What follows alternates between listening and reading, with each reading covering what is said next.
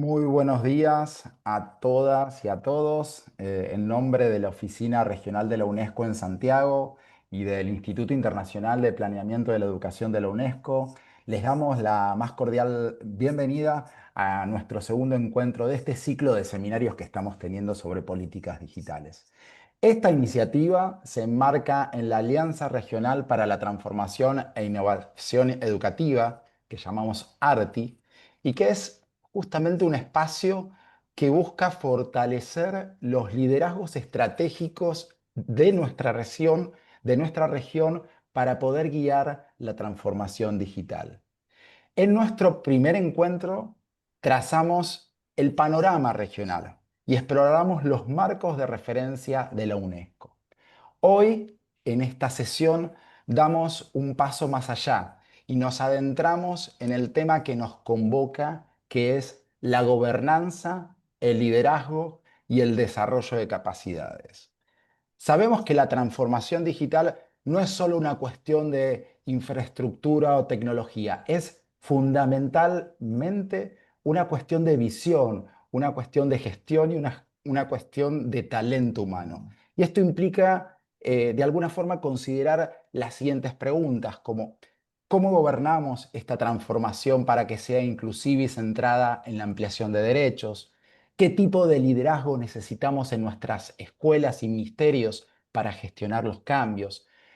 ¿Cómo construimos las capacidades institucionales y la cultura digital necesarias para que las políticas lleguen a las aulas y generen impacto real?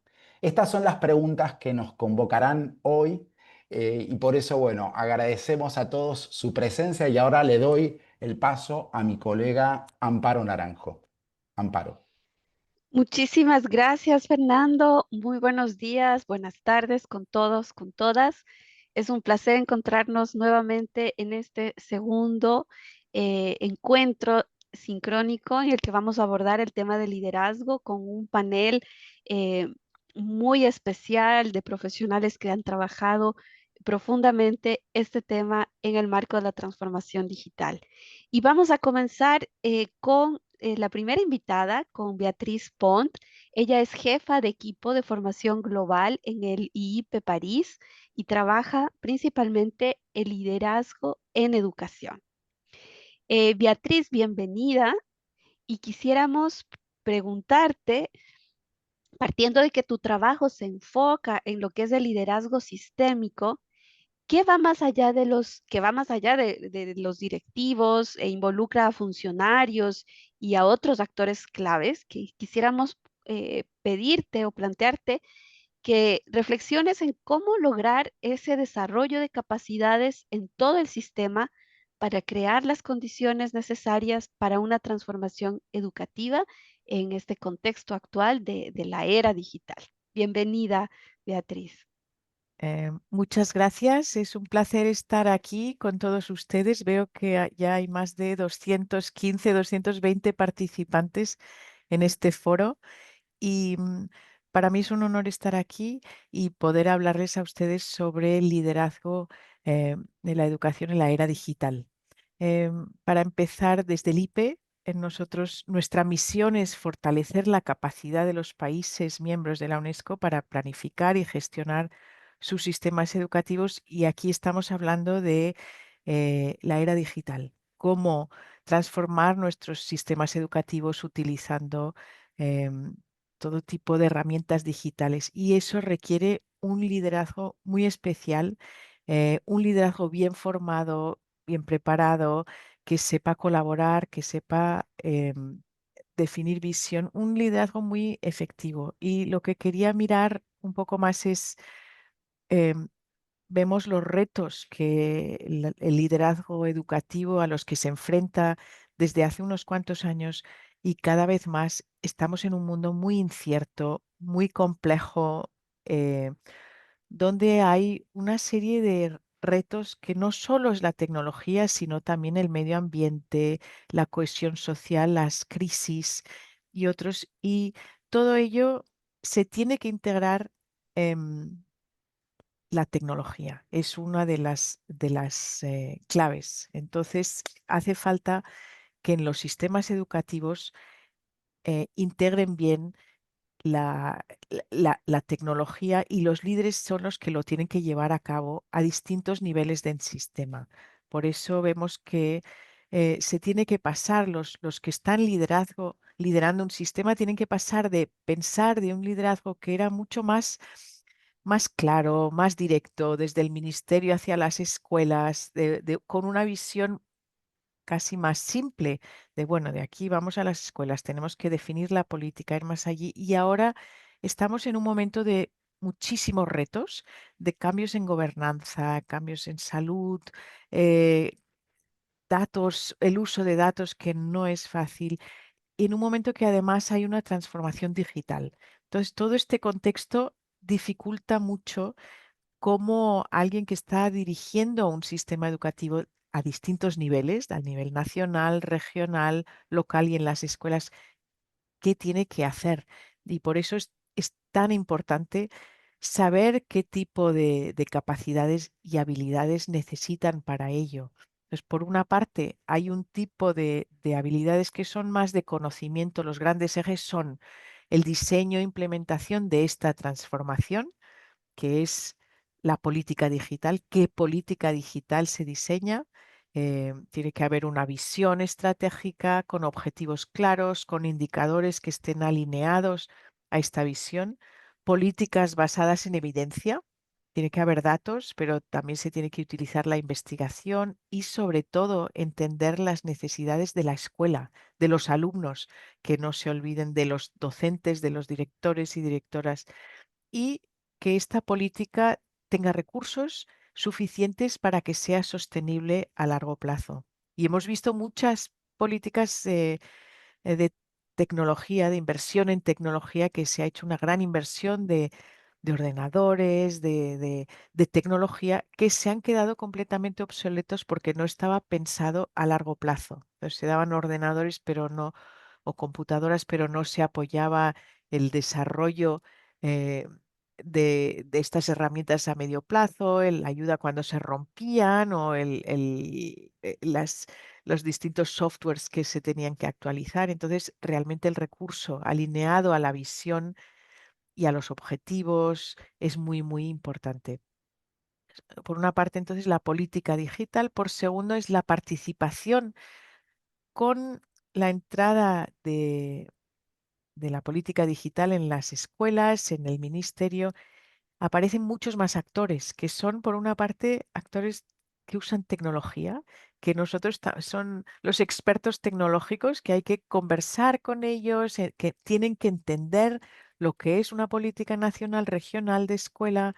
Por otra parte, hay el sector privado, que muchos tienen todos los ordenadores, los softwares y otras cosas. Entonces, hay muchos actores que participan y hay que entender cómo, cómo trabajar con ellos. Tercero es el contexto institucional de otras políticas, por ejemplo, curriculares o de evaluación o de la administración, la compra de ordenadores, cómo se hace, o sea que hay que realmente adaptarse a este contexto, y este contexto también depende mucho de la capacidad.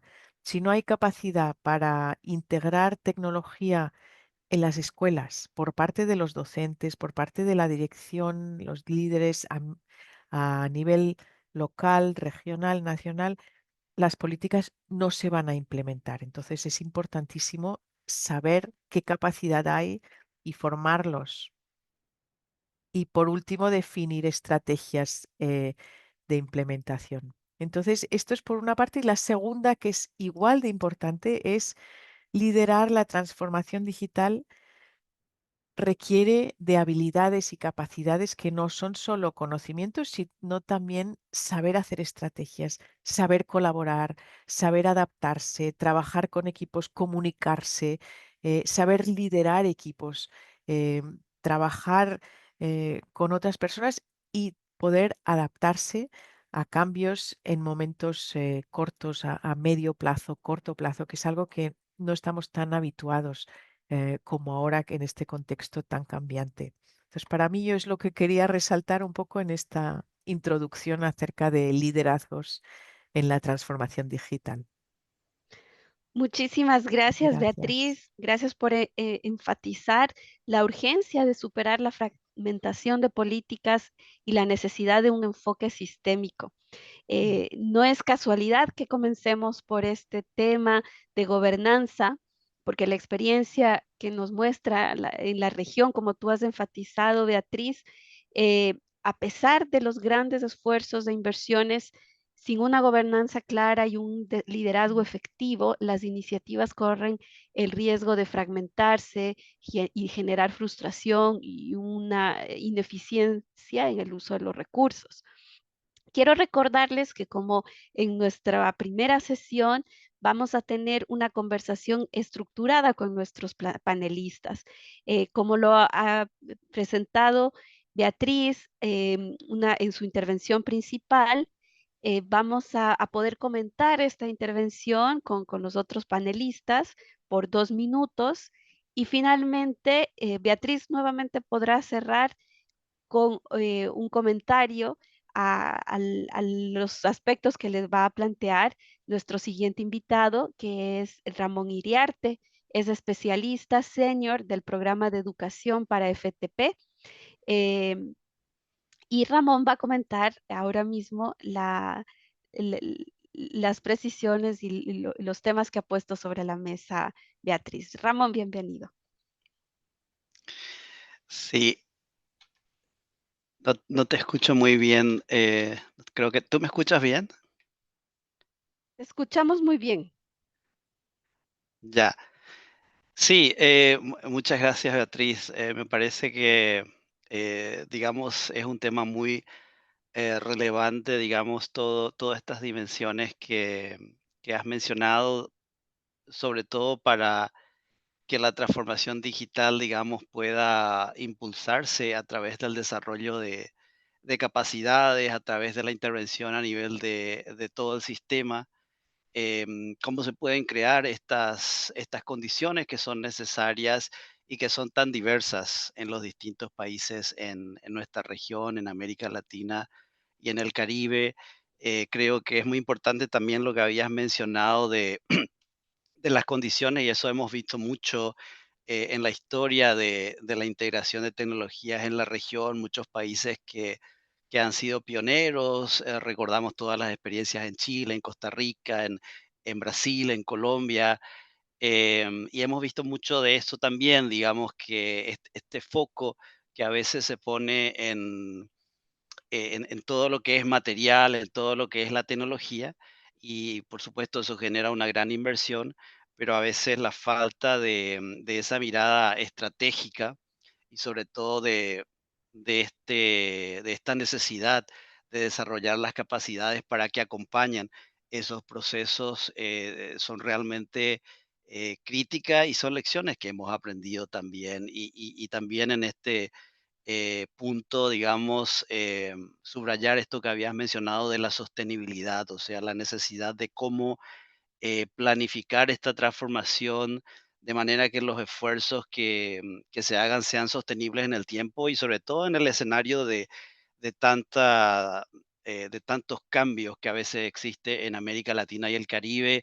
Sabemos que son regiones muy dinámicas, hay muchas transiciones de tipo político, social, económico, que a veces generan condiciones bastante complejas para la sostenibilidad de iniciativas que en un momento son exitosas, pero que en el tiempo se van debilitando. Lo hemos visto en Perú, lo hemos visto en otros países que han tenido auge en algún momento en temas de transformación digital y luego eh, han bajado. Entonces, bueno, creo que esas son las reflexiones que quería, digamos, aportar y muchas gracias por estas, digamos, estas primeras estimulaciones para el diálogo. Amparo, no Muchísimas sé si, gracias, Ramón. sí, Te escuchamos perfectamente y quisiéramos devolverle la palabra a Beatriz para cerrar en 2 minutos con comentarios alrededor de la apreciación de Ramón. Beatriz, por favor. Gracias, muchas gracias, Ramón. Sí, cuando estaba mirando los datos y los datos que tienen para este curso, hay un lector y salen todas las reformas que se han hecho en Latinoamérica en el ámbito de tecnología en los últimos 3 años, desde el 2021-23, y hay muchas, hay como más de 15. Y claro, uno de los grandes retos es realmente que se implementen, si bien están muy bien escritas, muy bien definidas, si no hay capacidad, si no hay recursos, si no hay una definición clara de quién lo va a hacer y cómo lo van a hacer, realmente no se sabe si llegan o no después de venderse muy bien. Entonces es importantísimo que haya un liderazgo efectivo para llevar a cabo, para implementar estas reformas.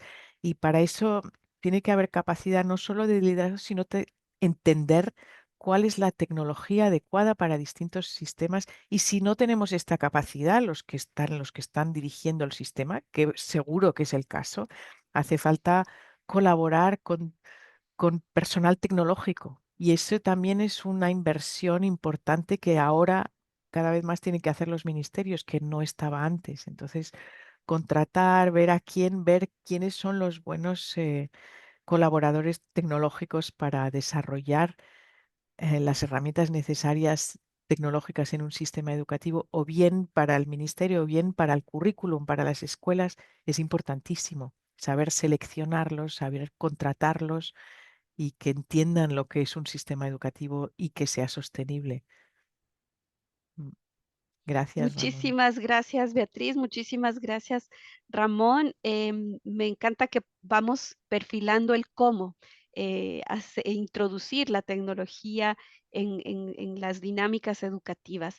Y vamos a invitar ahora nuevamente a Ramón Iriarte para su intervención principal. Quisiera resaltar la experiencia de Ramón en lo que es la educación y formación técnico profesional, y nos gustaría plantearte que exploraras cómo las experiencias innovadoras, como los centros de excelencia o de innovación en la FTP, puedan actuar como motores que traccionan la innovación en todo el sistema educativo. Si nos podrías hablar un poquito más de ello. Muchas gracias, Ramón. Gracias nuevamente, Amparo.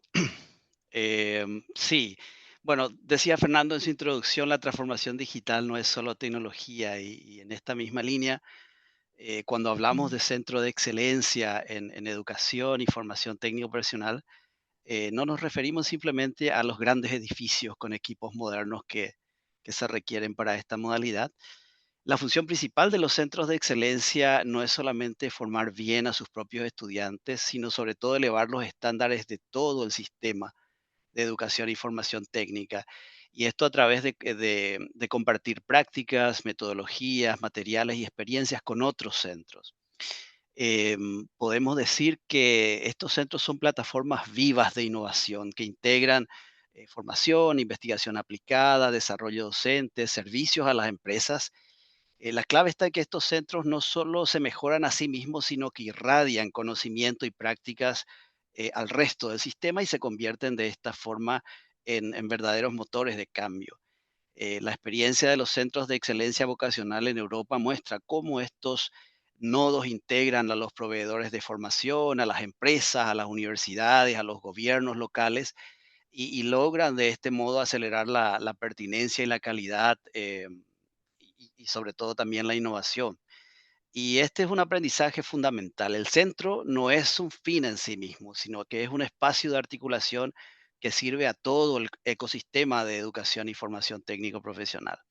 Y quiero destacar algunas dimensiones críticas donde estos centros marcan la diferencia.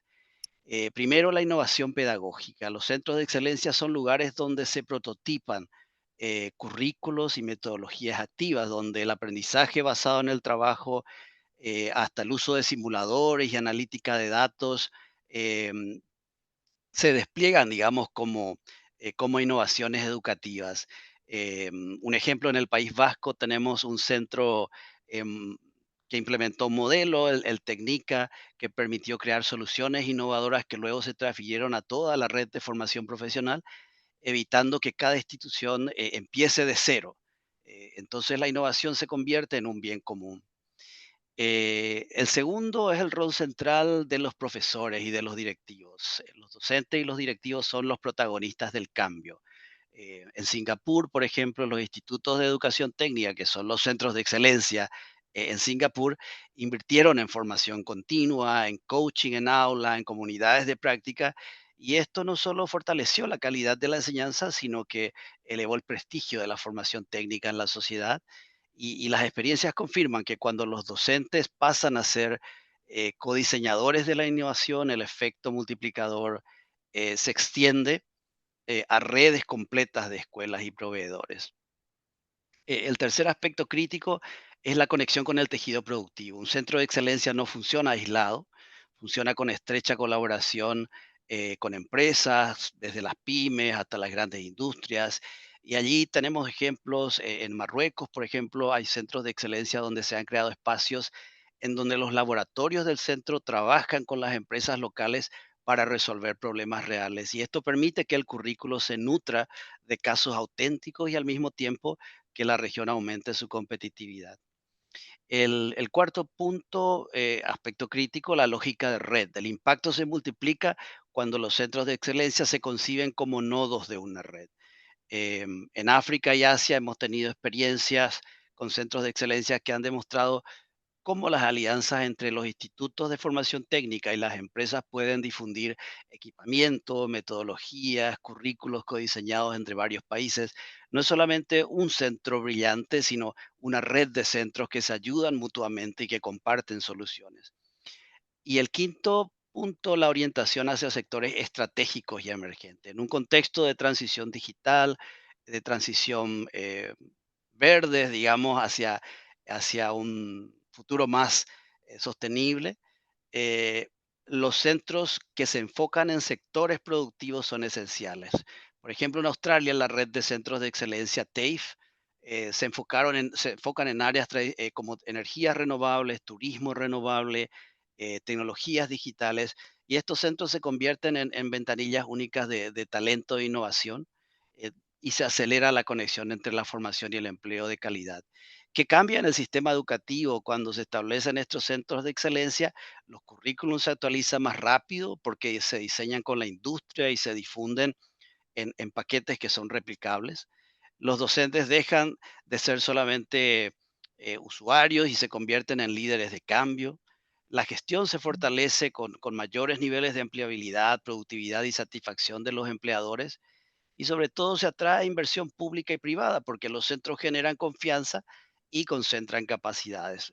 Las lecciones que hemos aprendido son claras. Para que funcionen como motores de innovación sistémica, estos centros necesitan un mandato explícito de transferencia de capacidades, de gobernanza compartida con la industria y las universidades, financiamiento sostenible, estrategias de equidad territorial, de modo que los beneficios que tienen estos centros de excelencia lleguen también a zonas rurales y a jóvenes en situación de vulnerabilidad. La excelencia no puede ser el privilegio de unos pocos. Un centro de excelencia no puede ser una vitrina aislada, tiene que ser un bien público al servicio del ecosistema que sea capaz de demostrar, de estandarizar, de formar y de transferir. Cuando esto pasa, los centros se transforman en motores de productividad, de inclusión, de transición verde, de transición digital y con un impacto que puede trascender generaciones. Eso entonces es mi contribución. Amparo, muchas gracias por la oportunidad y la invitación para este evento. Muchísimas gracias, Ramón, por plantear cómo la gobernanza y también el carácter sistémico de la transformación digital no solo viene del liderazgo, también del fortalecimiento institucional y lo que pueden hacer estas experiencias como los centros de excelencia en educación técnico profesional. Quiero invitar a comentar tu primera intervención, Ramón, a María José Velázquez. Ella es especialista en educación digital de la Oficina de UNICEF para América Latina y el Caribe. María José, bienvenida y adelante con tu comentario y planteamiento para Ramón. Muchísimas gracias, Amparo, y muchísimas gracias, Ramón, por compartirnos este spoiler, digamos, de lo que son los centros de excelencia. Me ha parecido súper válido que también has puesto sobre la mesa la combinación de las tecnologías con estas nuevas megatendencias que existen alrededor del mundo, ¿no? La parte verde, la parte de transformación digital van casadas, entonces me parece que también tenerlas en cuenta de manera conjunta es una mirada muy estratégica. Y me quedo con ganas de saber un poquito más acerca del Centro de Excelencia de Australia que mencionabas, que tiene esta visión de prevención también del cambio climático y de todo lo que es la economía verde. Ramón, yo tengo una consulta para ti específicamente acerca de lo que mencionabas. Tiene que ver con estas experiencias innovadoras que nos acabas de comentar, que son muy potentes, muy poderosas como yo las veo, pero desde una perspectiva de derechos, ¿cómo podemos asegurarnos de que estas innovaciones que a menudo comienzan como pilotos y como pilotos costosos, además, como tú mencionabas al principio, que hay que invertirle y hay que chambearle además para que puedan desarrollarse, se diseñen desde el principio con una mirada a la escalabilidad y con una mirada inclusiva también? Con todo esto para llegar a poblaciones especialmente en situación de vulnerabilidad, ¿no? No a los sospechosos y sospechosas de siempre, que es mucho más facilito llegar, sino a estas poblaciones por las que tenemos que trabajar la milla extra. Por ahí me quedo, Ramón, y me encantaría escucharte. Gracias, gracias, Majo, por la reflexión y la pregunta. Yo creo que desde una perspectiva de derechos, cualquier innovación en educación, incluidos los centros de excelencia en formación técnica, tienen que concebirse como un bien público, no como experiencias aisladas o vitrinas de prestigio, sino como plataformas al servicio de todos. Y esto significa que el diseño de estas innovaciones deben estar guiados por criterios de equidad, de accesibilidad, de pertinencia y poner en el centro a quienes más necesitan, los estudiantes que están en mayor situación de vulnerabilidad.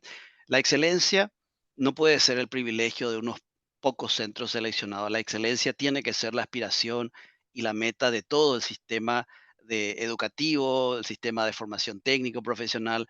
Por eso los proyectos piloto tienen que nacer con una visión clara de escalabilidad. Lo que se aprende a través de estas innovaciones tiene que transformarse en estándares, en modelos y buenas prácticas que sean capaces de llegar a todas las instituciones.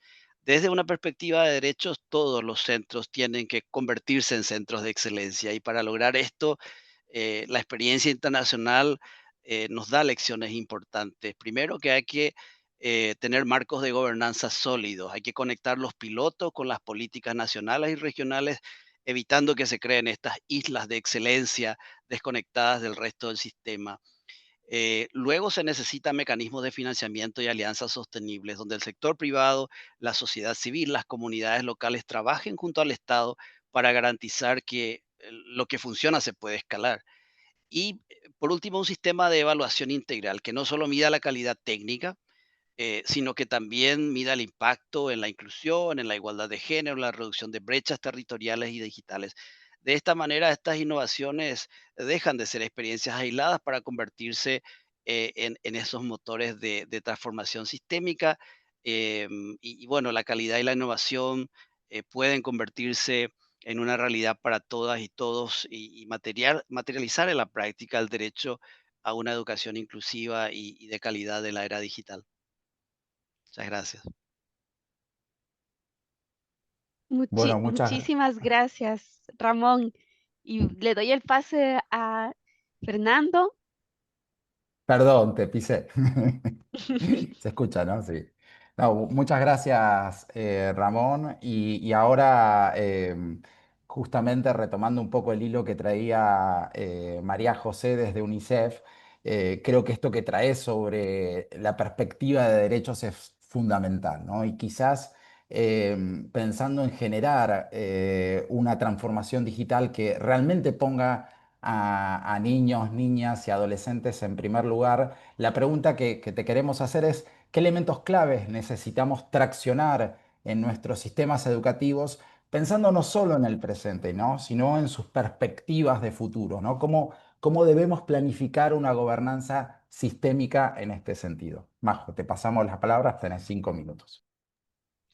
Bueno, muchísimas gracias, Fernando. Solamente aplaudir estos esfuerzos que está haciendo UNESCO una vez más y muy feliz de estar aquí, decíamos, tras bambalinas en familia, porque somos personas que venimos trabajando y haciendo esfuerzos también para generar estos espacios inclusivos. A tu pregunta acerca de los elementos clave, Fernando, es la pregunta del millón, digamos. Yo creo que para poner a los niños, niñas y adolescentes en el centro de la transformación digital en la educación, necesitamos reimaginar la educación en efecto, ¿no? Necesitamos una transformación dentro del sistema educativo. Pero ¿qué pasa cuando pensamos en transformación en el sistema educativo? ¿Dónde tienden a ir nuestros pensamientos? Es a los trabajadores en primera línea. Pensamos en los maestros y en las maestras y decimos, pero ¿qué están haciendo mal? ¿Pero qué pueden hacer mejor? Pero es que no quieren modernizarse, los maestros y las maestras necesitan esto. Pero no pensamos que en realidad detrás de esto tenemos un sistema bajo, medianamente o altamente fortalecido que funcione como un enabler para que el maestro pueda desempeñarse de mejor manera en un mundo con una rápida transformación tecnológica, ¿no?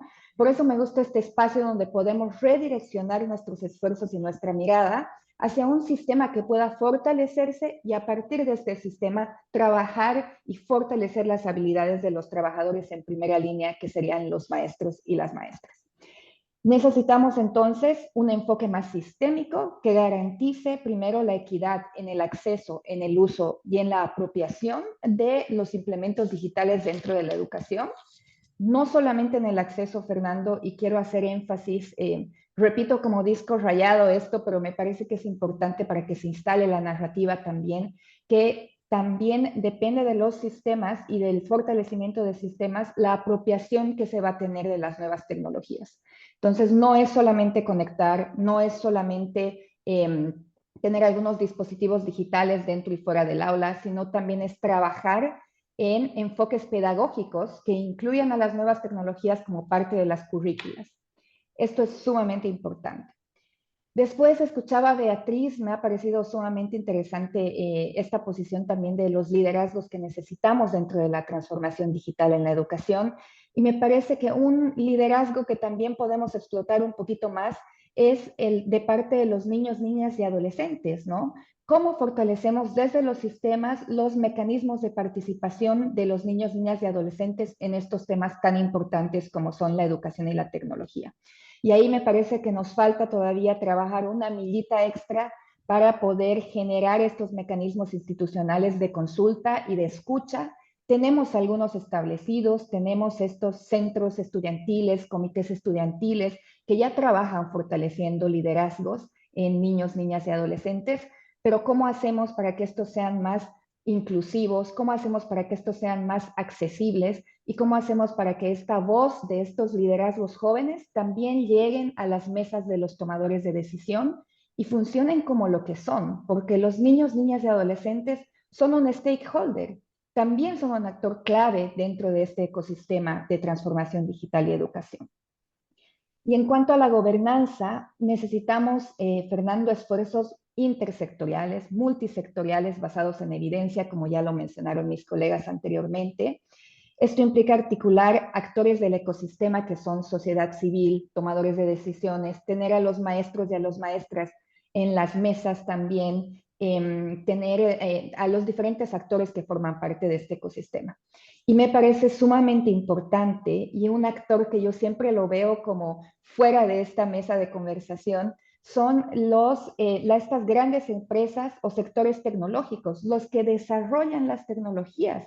Ellos también tienen una responsabilidad fuerte dentro de este ecosistema y tendrían que trabajar mano a mano con los tomadores de decisión que están desarrollando un sistema mucho más fortalecido, porque también desde el ADN tenemos que diseñar tecnologías que sean más inclusivas y que realmente puedan apoyar a el sistema educativo, ¿no? Y finalmente, Fernando, ya en los últimos segunditos, me parece que fortalecer los sistemas tienen que ser ya no con una mirada de nostalgia a lo que ha pasado en el COVID, ¿no? Seguimos pensando en que nos ha ido mal, los maestros no se han apropiado de esto, los niños andaban aburridos, las autoridades educativas tampoco tenían todos los recursos. Ya está, ya hemos aprendido del pasado, estamos en un nuevo presente y de hecho tenemos que anticiparnos al futuro, porque si no, son unas revoluciones y revoluciones tecnológicas que nos van comiendo mientras nosotros estamos dando pasitos de bebé, que en realidad tendrían que ser estas miradas sistémicas un poquito anticipadas a lo que va a pasar al futuro, ¿no? Yo creo que por ahí me quedo, Fernando, y muchísimas gracias por el espacio. Muchas gracias, Majo. Y ahora vamos a invitar a reaccionar a Martín Cáceres, director del Centro de Innovación del Ministerio de Educación de Chile. Martín, te pasamos la Perfecto. palabra.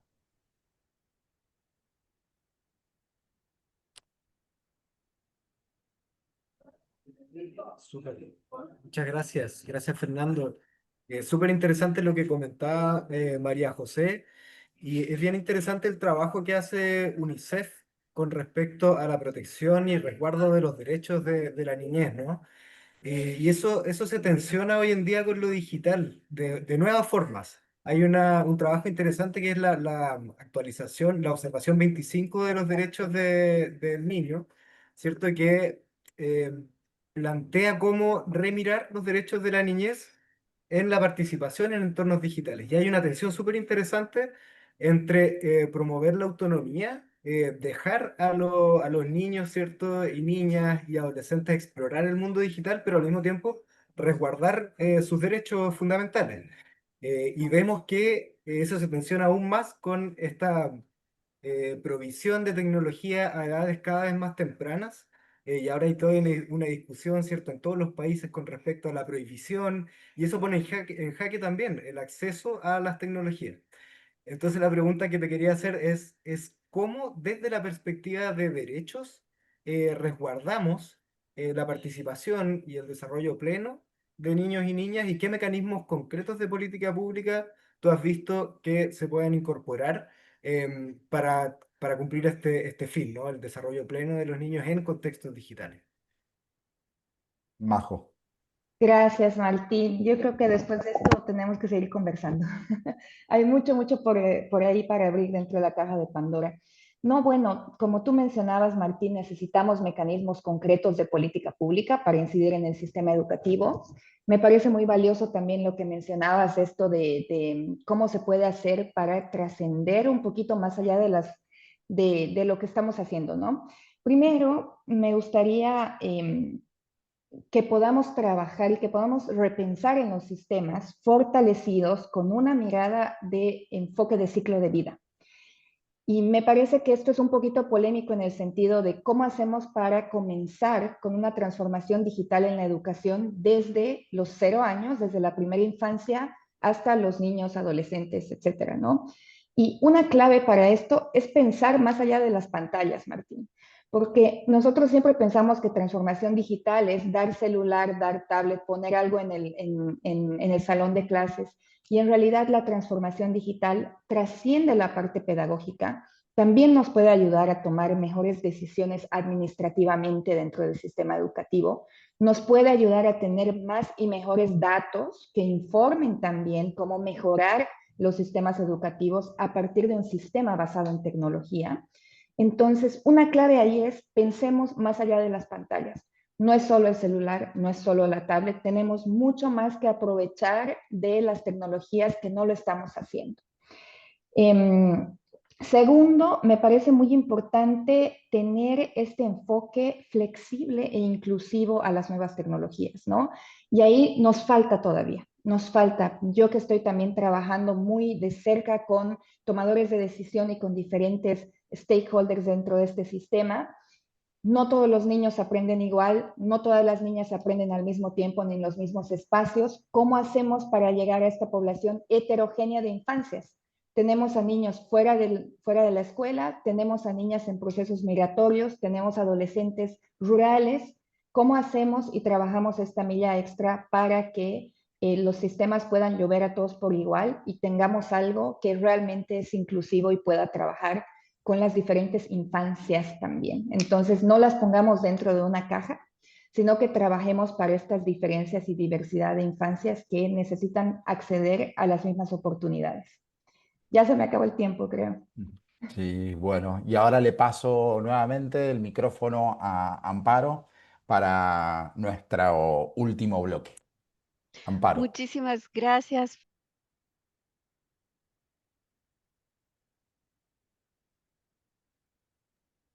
¿Se me escucha? Ahora sí, Ahora Oh, sí. perfecto. perfecto. Queremos invitar nuevamente a Martín para que realice su intervención principal. Martín, desde tu rol en el Ministerio de Educación de Chile, nos interesa la perspectiva de la gestión a mediano y largo plazo.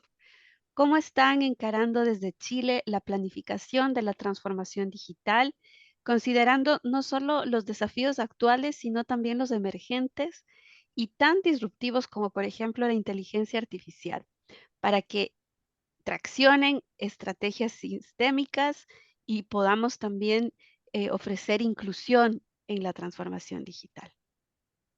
Súper, Gracias, gracias, Martín. Amparo.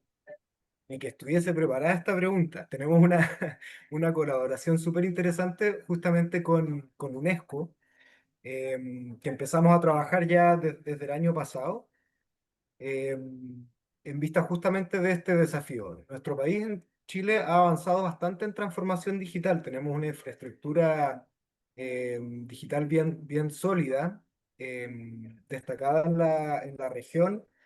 Hoy en día les cuento, por ejemplo, que cerca del 97% de los establecimientos educativos ya tiene conexión a Internet.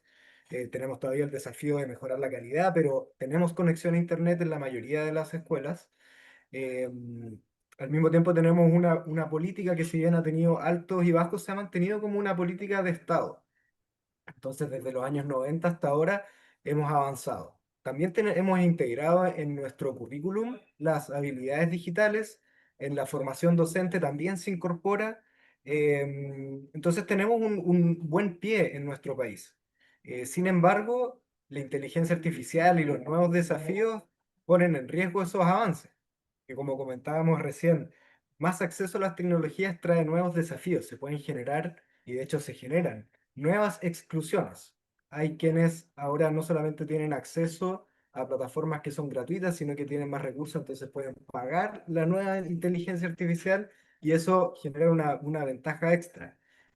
Al mismo tiempo, aquellos que se pueden beneficiar de las herramientas que son gratuitas, uno podría pensar, bueno, si todos tienen DeepSeek o ChatGPT o Gemini gratuito, todos lo podrían usar, pero la verdad es que hay una nueva brecha que no es solamente el acceso, sino que es el uso. Y al mismo tiempo tenemos desafíos súper importantes en la regulación. ¿Cómo hacemos que tengamos regulaciones para los desarrolladores de empresas para que las aplicaciones educativas sean por diseño seguras? Es un tremendo desafío porque muchas de estas herramientas no son pensadas desde el prisma de lo educativo.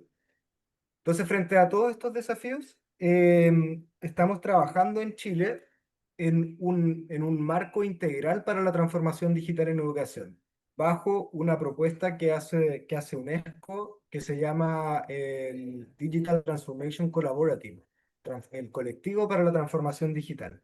Y se basa en pensar la transformación digital desde 6 pilares, que son la coordinación y el liderazgo, es decir, cómo desde el nivel sistémico, desde los distintos niveles, de hecho, desde el nivel de liderazgo ministerial, interministerial, los distintos niveles de gestión, hasta llegar a la escuela, cómo se lidera la transformación digital. Entonces, el pilar de coordinación y liderazgo. Pues está el pilar de conectividad e infraestructura, cómo tenemos condiciones básicas que nos permitan llevar a cabo la integración significativa en los distintos niveles del sistema. Está el pilar del costo y la sostenibilidad. ¿Cómo lo hacemos para tener mecanismos de transformación digital, de financiamiento para la transformación digital a largo plazo? Está el pilar de capacidad y cultura. ¿Cómo preparar, cómo incorporamos las habilidades, los conocimientos, habilidades y actitudes que tienen que ver con lo digital en nuestros currículums? Eh, y también cómo formamos a los docentes, y no solamente a los docentes, sino que a las familias y a los distintos líderes que avanzan que están involucrados con la transformación digital, que en realidad somos todos. Eh, Está el pilar también de contenido y soluciones, que es cómo avanzamos en proveer al sistema de contenidos de calidad. Y el pilar de datos y evidencia cumple un rol central en este modelo, eh, porque si es que avanzamos en digitalización, podemos tener plataformas que estén conectadas entre sí y que nos permitan tomar mejores decisiones basadas en evidencia. ¿Cómo se aplica este modelo? ¿Cómo lo hemos aplicado nosotros? Con la colaboración de UNESCO, elaboramos un diagnóstico que recorrimos a múltiples actores en entrevistas a profundidad y después hicimos talleres nacionales. Por cada uno de estos pilares que les comenté, hicimos un diagnóstico, una metodología de grupos focales con expertos de la industria, del mundo educativo, del sector público, de comunidades educativas, para ver el punto en el que estábamos, también con una revisión documental obviamente, y proyectar hacia el futuro acciones. Y estamos concordando un plan de largo plazo, un marco de acción para la transformación digital educativa. Para tener una visión común, lo que pasa, les contaba que en Chile hemos avanzado, pero necesitamos en este momento poder proyectar hacia el futuro. Y creo que eso para los países es súper importante y en eso estamos en Chile. Muchísimas gracias, Martín. Y quisiéramos invitar a Beatriz Pont para que comente tu intervención. Beatriz, si eres tan amable, adelante. Muchas gracias. Me ha parecido muy interesante em, la puesta en marcha en Chile de un marco, también trabajando con la UNESCO. Y para mí, que hablabas de la sostenibilidad de esta política, sería interesante ver cómo lo estáis planteando para que sea sostenible y, y también hay un tema que es que, o sea, en este momento lo más importante casi no es solo instalar una tecnología digital, sino establecer los procesos para que se pueda ir revisando, porque la tecnología va a marchas forzadas y los sistemas educativos van a paso de tortuga en relación. Entonces, ¿cómo establecer em, liderazgos a nivel del ministerio, nivel regional, local, para poder ir establecer unos procesos para que se pueda ajustar con rapidez a las necesidades y a la tecnología cambiante, que realmente es uno de los retos que yo creo que se hace toda una macro instalación, una inversión enorme y a los 3 años ya no sirve y hay que volver a actualizarla y ya nadie tiene recursos. Entonces, me parece muy válida vuestra visión, la visión de medio plazo y cómo estáis viendo cómo invertir para que sea sostenible y que se pueda ir actualizando. Súper, sí. Por eso en este modelo, uno de los pilares, bueno, lo que me pregunta está relacionado con dos pilares, el de coordinación y liderazgo, que es justamente identificar quiénes son los líderes en los distintos niveles del sistema, en el ministerio, cómo son las coordinaciones interministeriales y también, bueno, a nivel de gestión de la escuela, o sea, del sistema y luego a nivel de la escuela misma, necesitamos líderes formados. Eso es un largo camino porque muchas veces los procesos de selección, los estándares que se tienen de los liderazgos, el componente digital no está explícito. Mm. Y hoy en día es fundamental que se sepa, más que de la tecnología en sí misma, yo creo que tenemos que dar un paso atrás y ver que los líderes sepan tomar decisiones en contextos de cambio constante. Yo creo que más que saber sobre la tecnología, que obviamente hay que tener una base, hay que saber de qué estamos hablando, pero hay técnicos que tienen que poder tener esa expertise. Pero los líderes tienen que saber gestionar cambios de forma participativa.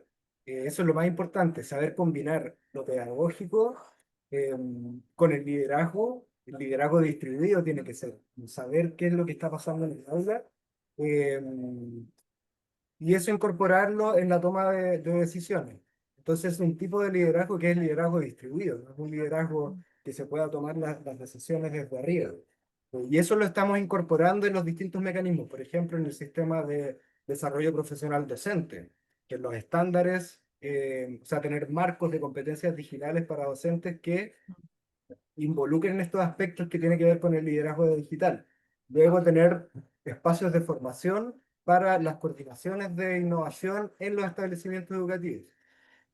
Los líderes intermedios también estamos proponiendo que tengan en su desarrollo profesional estas competencias. Entonces yo creo que es importante identificar estas competencias e incorporarlos en las distintas vías de formación de los distintos líderes. Bueno, muchísimas gracias, Martín, por tu respuesta. Y ahora queremos comentarles que estamos llegando ya al final de este panel y queremos darles un gracias inmenso a Beatriz, a Ramón, a Majo y a Martín, ¿no? Creo que la conversación de algún modo nos dejó ideas muy claras, ¿no? De cómo la gobernanza debe pensarse desde la inclusión y desde la sostenibilidad, ¿no? Sin generar nuevas brechas. O sea, que la tecnología no sea generadora de nuevas brechas. Y la necesidad de un liderazgo distribuido, que esto se conecta con lo que trabajamos también en nuestro primer encuentro y que piense en todo el sistema, ¿no? El poder de las experiencias innovadoras para traccionar el cambio, ¿no? Y el imperativo de poner los derechos de los estudiantes en el centro y la necesidad de una gestión pública que planifique justamente a largo plazo. Y estos son los pilares